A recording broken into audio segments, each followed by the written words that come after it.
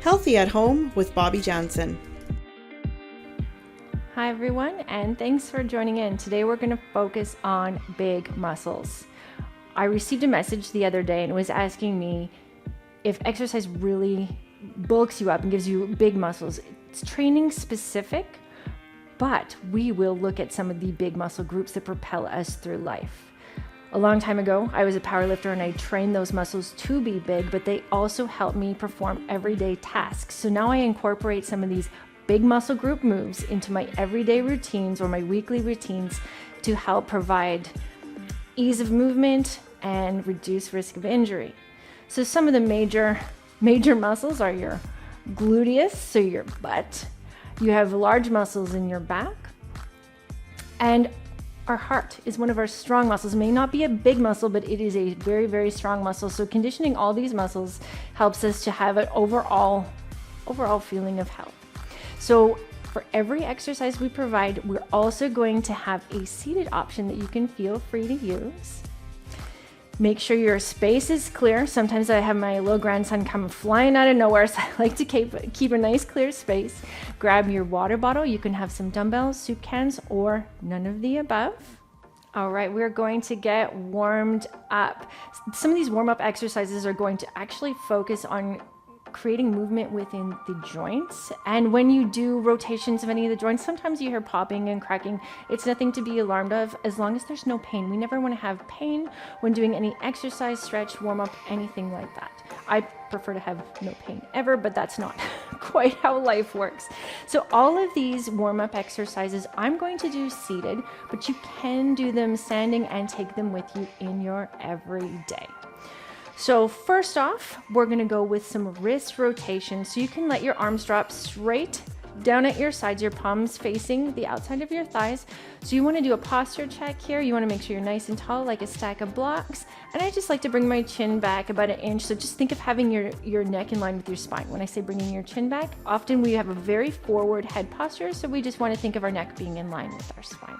You want to have a nice activated core. So think of using your belly muscles to keep you supported. So now I'm going to bring my arms straight up in front of me, so straight out in front, and I'm going to bring my hands together and interlace my fingers. Okay, so if you want to give your elbows a little bit of a soft bend here, like relax them a bit because this feels too stiff, by all means, you're going to make circles with your wrists. So it doesn't matter which direction you go, your fingers are clasped, my palms are close together, and I'm going to rotate my wrists. And often I hear all kinds of fun noises here. So I'm just going to start going in one direction.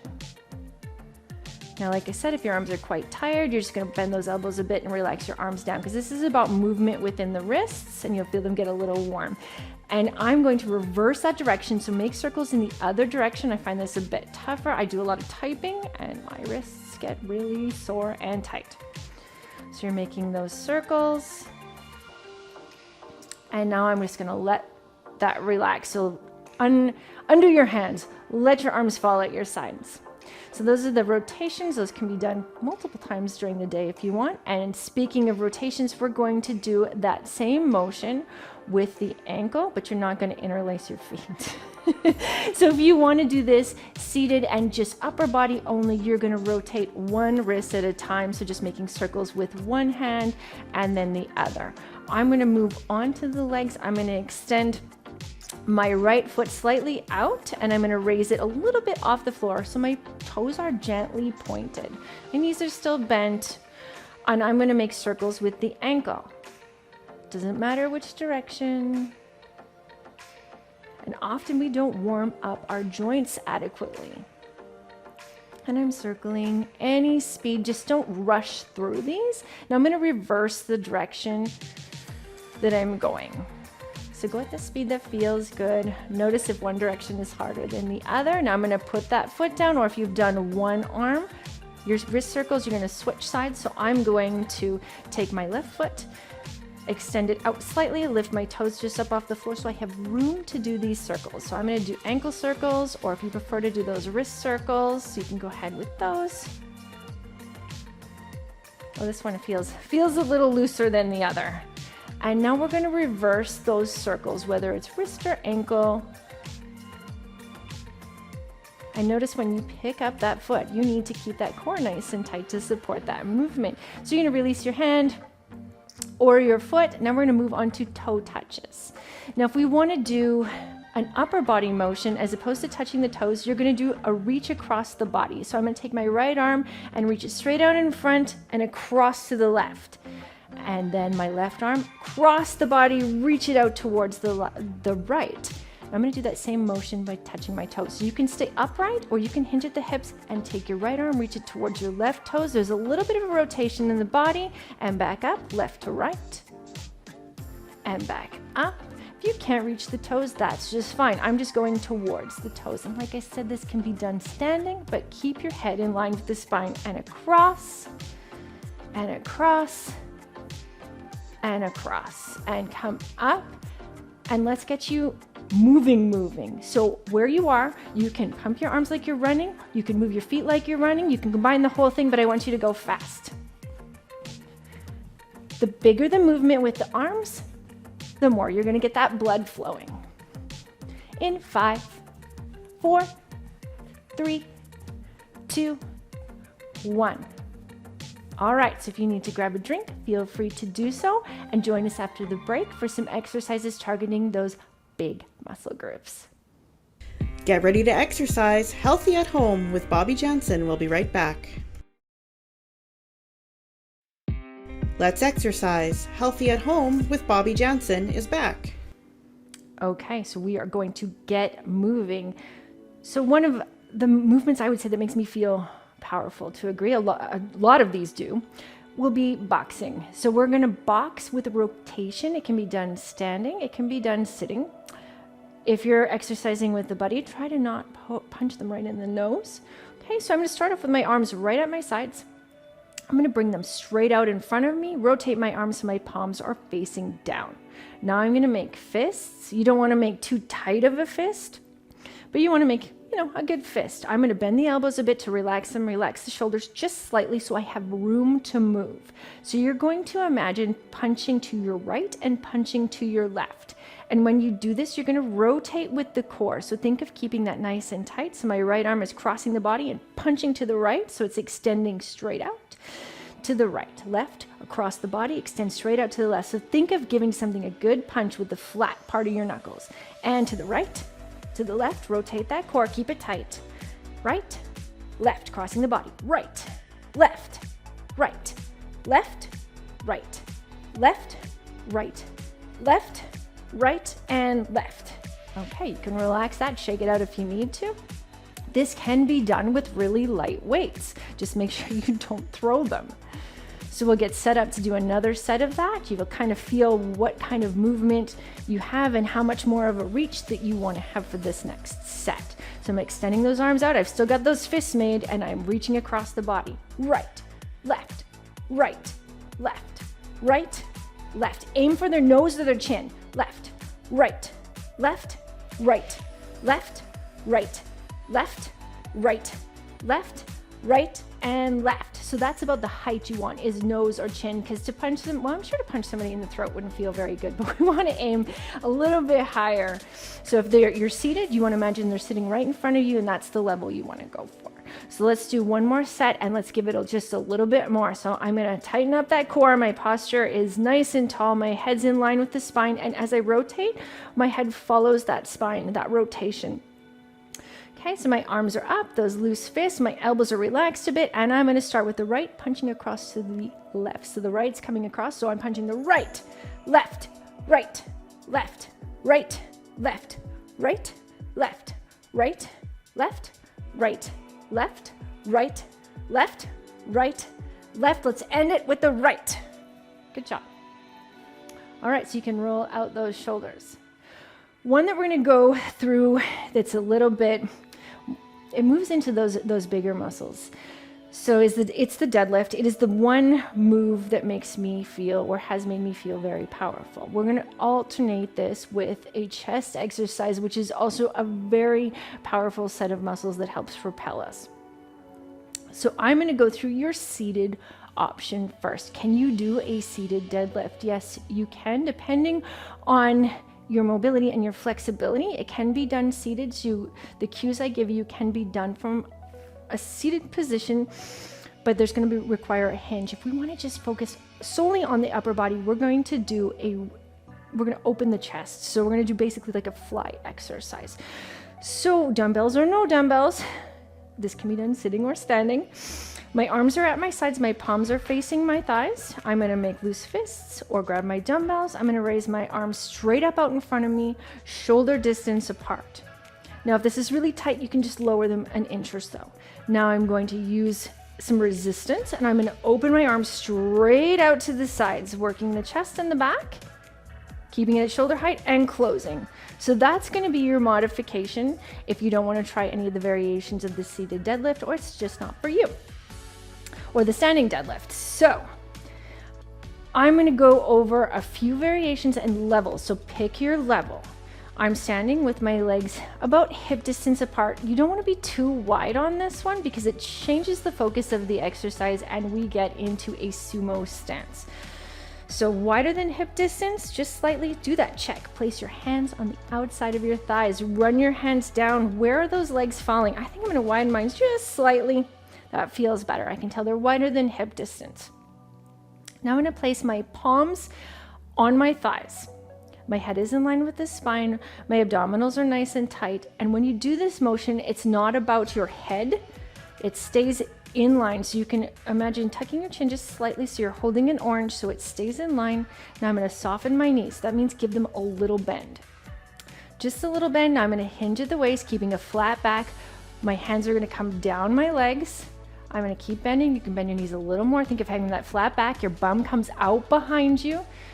My chest is still upright.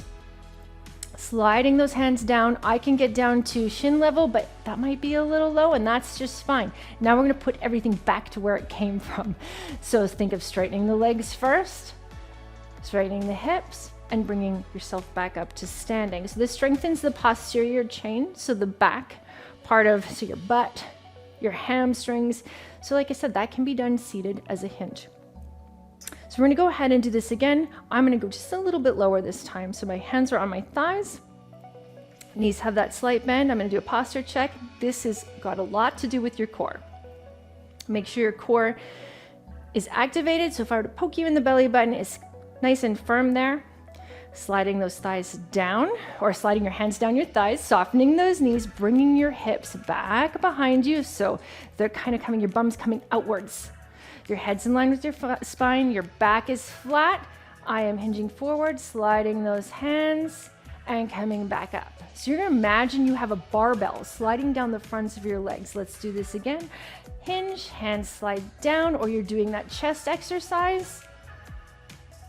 And come up, watching that neck. And bending the knees, hinging back, pressing that butt back. Your chest is up, your spine's in line. I'm coming down to my shins here with my hands and bringing all the way back up. And let's go for two more. Press those hips back, soften those knees. Think of that posterior chain or those chest muscles and come on up. And one last one. Bring those hips back, soften those knees, give them a bend. Nice flat back and come on up. So you want to feel this in your butt. If you're feeling it in your back, you're probably hinging too far forward. So we're going to go ahead with another set of those. So same with your chest. If you are feeling it too much in the shoulders, shorten your range of motion. Don't go as wide open. Okay, and don't literally drop the weights, but you can put the weights down if that's too much. All right, set number 2. Make sure your stance is in line. You're wider than hip distance. Your head is in line with the spine. Slight tuck of the chin to lengthen the neck. It's very slight. Abs are tight. Placing your hands, your palms on your thighs. Press those hips back. Soften the knees and imagine pushing your bum back. Nice flat back. Your chest is up. So I'm still looking forwards. Okay, and I'm sliding my hands down. I've got very long arms, so mine hit the shins and come on back up. Yours might not get that far, and that's okay.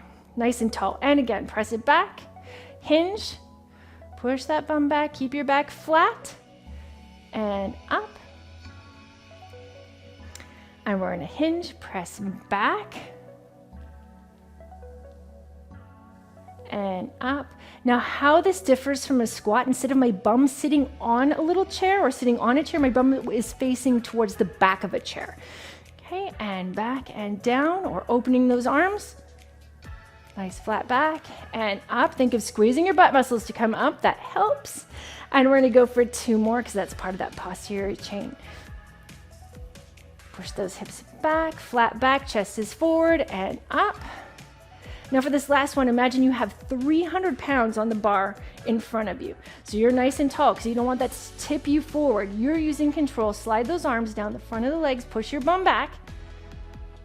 Soften those knees, give them a little bit of a bend. Your bum stays higher than your knees and all the way back up. Remember, this is 300 pounds. And good job. So if you've worked the chest, you can go ahead and shake out the arms, put your weights down first. And if you've done the deadlift, you can go ahead and just shake things out a bit. Can you use weights for this? Absolutely. You can use a broomstick. I have used my white cane for this, believe it or not. You can use dumbbells, soup cans, water bottles. You can get a little bit creative as long as the weight is dispersed equally on both sides. So from here, we're going to go into a sumo squat. I was talking about a sumo deadlift being a wide stance. A sumo squat is a wide stance. So I'm just going to go ahead and step wider than hip distance. So it's a little wider than the last stance I was in.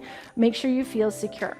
If you wish to do the upper body portion of this exercise, we're going to go ahead and do a work into the back, because that is a major set of muscles squeezing into the lats. So you can stay seated or sit on the floor, or you can do this standing. So here is your upper body variation.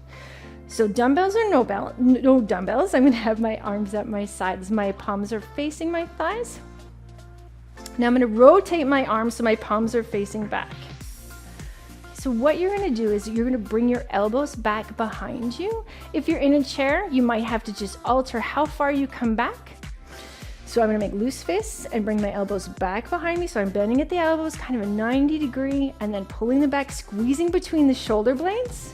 And you want your wrists and your elbows to be in line. So you're not going to flex that wrist like you're riding a motorcycle or revving an engine, okay? So you want that to be nice and flat across the forearm, and bring it back down. And you're gonna repeat, squeezing into that back. So if I've stuck my finger between your shoulder blades, that's where you're gonna squeeze. If you're gonna join me for a sumo squat, you're not squeezing between your shoulder blades, you're gonna be just squeezing between your butt cheeks. So you're gonna imagine you're holding onto a dime, and you don't want to let that dime go. I would say a quarter, but a dime is a lot harder. So you're in that nice wide stance. I'm going to turn my toes out slightly to each side. So it's just a very slight movement. For me, it accommodates the movement of the knee. And as you squat down, your knees go towards your toes. Your knees don't go in or past the toes.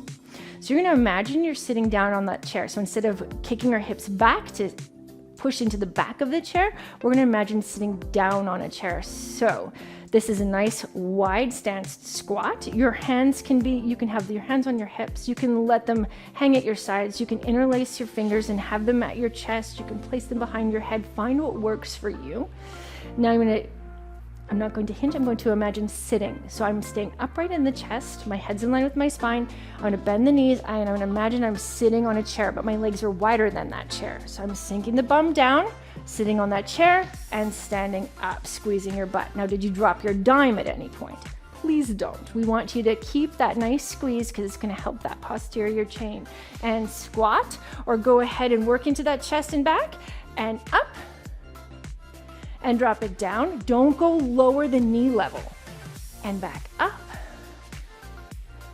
And down. We call that the point of no return. If you go too far down, you might not get back up. And squat down. What's your core doing? Keep it nice and tight. And up. And 3 left. Down. And up. And down. And up, and let's go for one last one. Down, hold on to that dime, and come back up. Good job. So you can shake it out if you want. We're going to go ahead and do either the squats or work into the chest and the lats again. All right, so if at any point you need to stop and take a drink, please do. We're going into set number 2. So I'm nice and wide in that stance again, adjusting the toes out just slightly, knees tracking towards the direction of the toes. That just means Like I said, my knees are not facing in. They're not becoming there's no twist happening there. Everything's in line. Sinking down in that nice wide squat to sit on my chair and come back up and not dropping the dime. Think of your belly tightening up, drop it down and back up. So this is done with control, and down and back up. And if I was being really mean, I'd make you hold it. Arms or squat, and down or open and up. And for 2 more. Down and up. And last one. Are you still facing forward? Are you got your face towards the ground? And up. If you've tipped your head and you're leaning towards the ground, the chances of going that direction and falling forward is very real. So there's set 2 of your squats. We're going to do set 3. And then we're going to ramp it up just a tiny bit. All right. So arms or squats, here we go. And down or open and up and down and up and down and up and down and up and down and up and 3 and up. Now finish these last 2 and try to do 1 more set of 8 if you can, or catch your breath and shake it out. More exercises are coming up. Keep moving. Healthy at Home with Bobbi Janzen will be right back. Back to the exercises on Healthy at Home with Bobbi Janzen. We're going to do an exercise called Good Mornings. It also works that posterior chain along with the back. So some big, strong muscle groups. So my feet are about hip distance apart. Okay, if you have really struggled with balance, you can either have a chair close by just for security, like that makes you feel good, or you can widen them just a tiny, tiny bit. This can be done seated. It's basically a hip hinge, and we're working, like I said, the back, but also the core.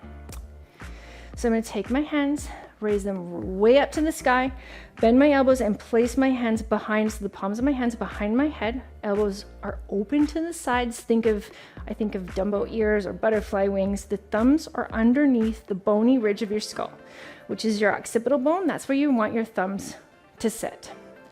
Now, if this is too much for shoulder mobility, you've had some injuries there, you can have your hands on your hips or straight out in front, okay?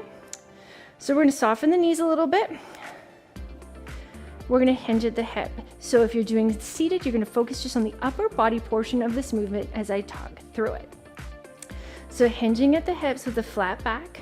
If you're standing, soften those knees a bit, press your bum back, your hips back just slightly. Flat back, bend those knees. So hinging forward. So if you're in the chair, you're working on that hinge with the flat back, your head stays in line with the spine. Standing, you're gonna push those hips back a little bit, flat back. You do not want to come so that your face is down. So my head and chest are still up somewhat. So I'm not coming down to a 90-degree angle. I'm above that, and come all the way up to standing. If you have greater flexibility in the legs, you can keep those legs straight, hinge at the hips, or if you're seated, you just hinge at the hips and come up. Nice flat back. It's like you're bowing. That's what it seems like to me. It's like you're bowing, but when you bow, you want to think of the backs of the legs, your butt muscles, and your entire back and core using strength to bring you back up to a standing position. And hinge. And up, remembering not to pull on the head. And hinge. And up. We got 3 more. Hinge. And up. And last one. Hinge. And back up. Now, when I said you can have straight legs, we never lock out a joint. So meaning our legs aren't so straight that there's no movement. Our elbows are never so straight that they don't have anywhere to go, that they're locked. We want to keep a slight softness to them. So we're going to head into another set of these. So find where worked for you to put your hands, whether it was in front of you, on your hips, or on the back of your head. I'm softening my knees just slightly. My legs are hip distance apart, or just a little bit wider. Hinging at the waist, pushing my hips back, flat back, and I'm bowing forward, keeping the back flat, and the head is in line with the spine. Now think of using your butt muscles, your back muscles to bring you back up. And forward into a good morning. And back up. For everybody, the range of motion is going to be different. And forward. So don't think of it as how far you can go. It's the quality of the movement. And up. And hinge. And up. 2 more. Hinge. And up. Last time. Hinge. And squeeze those muscles to bring you back up. We're going to go ahead. I'm going to release my arms. I'm going to shake it out because I do hold tension in my upper body. So I'm just going to loosen that up. We have one final set. So if this is getting to be too much on the back, you can switch to the chest exercise we demonstrated earlier as well. Feel free to mix and match these. This is your workout. So checking my posture, everything's nice and tall. My legs are in that slightly wider than hip distance position. I can have them a little bit closer, but it's going to be harder to balance. Hands are behind the head, thumbs underneath that bony ridge.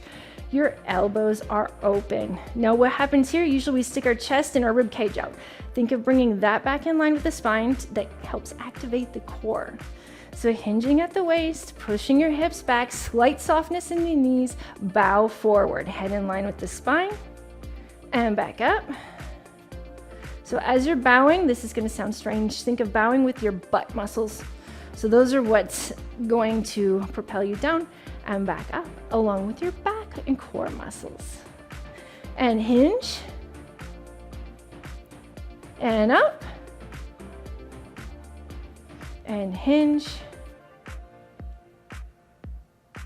And up. We got 2 more. Hinge. And up. And for the last one, I'm just going to take some of that softness out of my knees. They're still soft, but I don't want quite as much bend. I want to focus a little more onto those hamstrings. And hinge. And up. Go ahead and shake it out. So I told you we were going to ramp up those squats. So we're going to do a jump squat. Jump squats are not for everyone. A lot of people that I've trained over the past don't like jumping at all. And that is okay. We've got you covered for a seated option. So since a jump squat uses kind of a propulsion of motion, so we can add an arm swing if we want, you're going to go ahead and do the arm swings and get the cardio portion of a jump squat, which is what it's really about, is raising that heart rate. If you've ever done 20 jump squats in a row, your heart rate is up. I will not make you do 20 today. So if you want to do just the arm swing seated or standing, you can. Your arms are down at your sides, your palms are facing towards the outside of your thighs, and you're simply going to swing your arms straight up and bring them back down. So you want to do it with a little bit, not force, but with that momentum. So bring them up and bring those arms down. So you want to increase your cardio. We want to raise your heart rate. So we don't want to cause any injury in the shoulder, so do that with caution. So just keep your body in mind, kind of do a check if anything feels out of whack. So that's the upper portion of your jump squat. Otherwise, I'm going to do the lower portion and then put the upper and the lower together. So my feet are wider than hip distance apart. They are not as wide as a sumo squat because I find that to be a little bit difficult to do a jump squat in. Gives you more room to sink down and get stuck. So I'm going to start with my hands just at my sides, palms facing towards those outer thighs. And we're going to pretend we're sitting in that chair. So I'm going to turn my toes out just slightly again, and I'm going to sit those hips back like I'm going to sit in the chair. My chest is upright. So we're just going to start with the basic squat. Now, as you do this, lots of times people push their knees out. Sink your bum back. Your knees do not go over the toes. Sink it back and come back up to standing, and you're going to hop. Okay? Now, this is where I'm going to add the arms. So I'm going to sink down. Bring that bum back, chest is up, head's in line with the spine. And as I come up and hop, my arms are going to swing overhead. So I'm going to come up, hop, arms up, arms swing down, and I sink down into that squat right away. Up and down, sinking that butt down. Up and down. And up, sink it down, up, sink it down. We got 4 more. Up, sink it down, and 3, and down, and 2, and down, and 1, and down. Whew, I don't know about you, but after some of those leg exercise or all those chest openers we've done, some of the muscles are starting to get a bit shaky. So I think it's time to stretch and cool down. So make sure you grab a drink of water and join us for the cool down after the break. Keep moving, healthy at home with Bobbi Janzen. We'll be right back. Welcome back to Healthy at Home with Bobbi Janzen.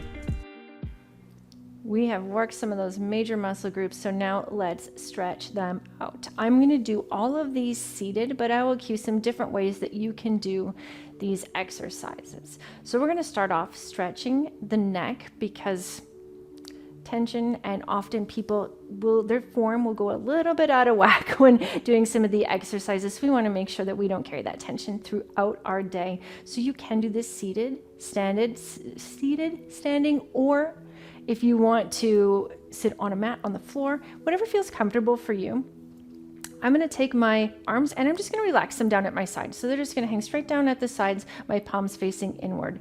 Now I'm going to take my right arm and I'm going to bring it behind my back. So I'm going to bend the elbow and tuck that arm behind my back as if I'm putting it along my pants line. Okay, so my fingertips are now reaching towards the left. I have a bent elbow there. Now I'm going to take my left ear and I'm going to bring it towards my left shoulder. So I'm simply tipping the head to the left. Now this might be enough. If it's too much, you release that arm behind you and let it hang at your sides. Now if you would like a little more, you're going to take that left hand, bring it up in the air, bend the elbow and place your hand on your head, slightly to the right side, and you're just going to use the weight of your hand. You're not pulling. It's just simply the weight to aid that stretch. This is when I use often. It gets not only into the neck, into the shoulders, and the upper back. And it feels pretty good. So we're going to release and do the same thing to the other side. So release your arms, your head comes back to center. So I'm going to start off with my arms down at my sides. This time I'm going to bring my left arm behind my back. So I'm going to bend the elbow and take the back of my arm to along my pants line. So my fingertips are pointing towards the right side. Now I'm going to take my right ear and bring that towards the right shoulder. So I'm tilting my head to the right. If I want to add more, I'm going to take that right hand, bring it on top of my head slightly to the left side, and just gently use that weight of that hand, no force, to aid in that stretch. I want you to notice which side is a little bit tighter. I think it's definitely this one for me. I'm going to take some deep breaths. And we're going to go ahead and let that go. Okay, so let's just move those shoulders a bit, kind of shake that out. Now we're going to go into a wide-legged fold. This can be done standing, it can be done seated in a chair, and it can be done on the floor. So if we're going to do it seated in a chair, you can keep your legs together and take the wide leg option out of it. We're still going to be getting that stretch through the upper body. So if you're going to do that option, you're going to hinge at the hips. Think of having a nice flat back and walking your hands down your legs, keeping your head in line with your spine so you're not dropping that chin way down. And if you want, you can go ahead and let the arms relax and just hang down to where it feels comfortable so you can get a stretch within the back. Those are some pretty big, strong muscles. If you want to go with the wide leg, you can take your legs in what I call a V position. This can be done on the floor as well. And I'm going to walk my hands down my leg with a flat back. So walking down the legs, nice flat back. And now I feel this more in my hamstrings. I'm actually even feeling it along the fronts of the shins. And if you want, you can go ahead and hang. So letting your arms relax, your head relax, and your neck relax. And believe it or not, this can also be done standing. And come on back slowly. Come on back up to seated position. Now you've stretched out some of the major muscles of the body. So stay moving, stay motivated, and stay with us for some healthy tips after the break. Healthy at Home with Bobbi Janzen will be right back. We're back with health and wellness tips on Healthy at Home with Bobbi Janzen. Well, I like to talk a lot about muscles and especially big muscle groups, but there's no one better to discuss muscles and keeping us moving than Blaine and Michelle. Blaine has been a physiotherapist for over 30 years, and Michelle, correct me if I'm wrong, you're in neuro rehab as well. Correct. Yes? Okay. Can you tell me a little bit about exactly what you do and how it just benefits our overall health? Okay.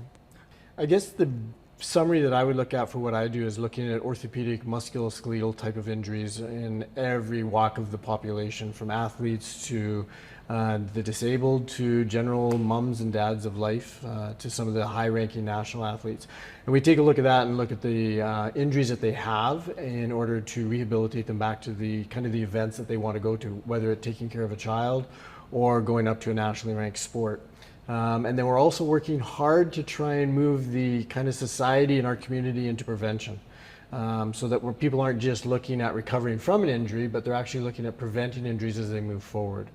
Okay, so I know that keeps me moving, first of all. Yeah. And I use a cane and I have a guide dog, so often I have kind of like, I guess you'd call it repetitive strain. What kind of things for somebody who maybe uses a cane or has a guide dog? I find that it's very shoulder intensive. What kind of tips maybe could you give somebody like me? One of the best things that we've found with a lot of injuries is a degree of weakness around the structure. So if the structure is not equally balanced on all different sides, that weakness actually results in what you've commented on, a repetitive strain injury, where a tendon or a ligament or a part of a joint will become overused. And repetitive meaning that it's not obvious right away because it's kind of like a micro trauma, but you put 1,000 micro traumas together and it becomes a bigger issue.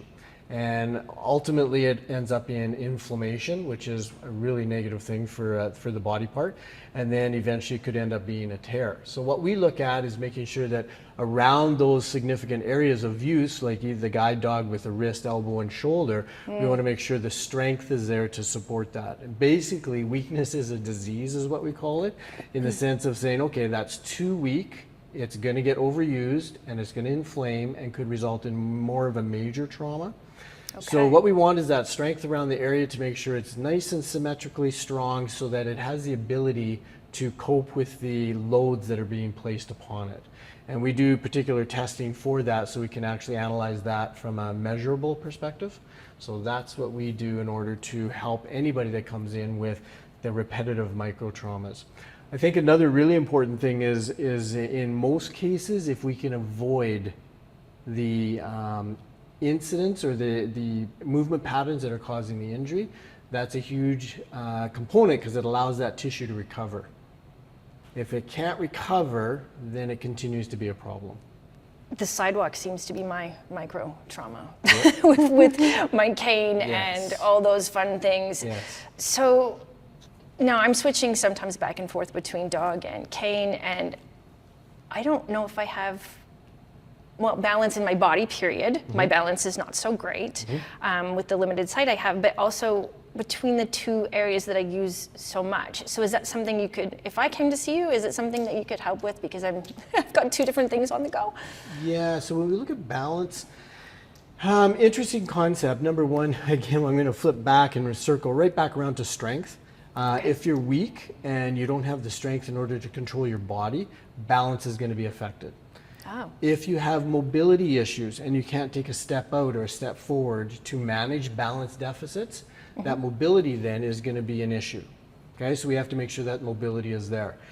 Third and final thing is actually to reactivate some of the nervous system and the inner ear and the spinal cord and the spinal joints in order to facilitate information to the brain that would give us which would give us improved balance. And then from there we take that and we actually manufacture kind of exercises that can work with improving balance in the human body. Obviously in those cases we want to make sure that they're developed in a way that it's safe.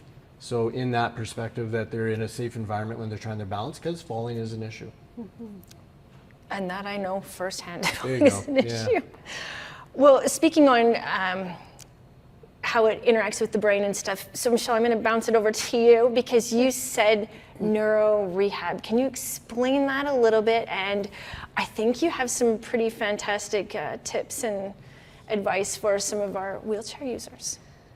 Well, neuro rehab, I would end up seeing people who've had a life changing, devastating injury, perhaps like a spinal cord injury or a brain injury, and some of their maybe muscles don't work because of that damage to the nervous system, and we want to keep strong in what they have left, learn to move on their own again with what they have, but also preserve the function of those.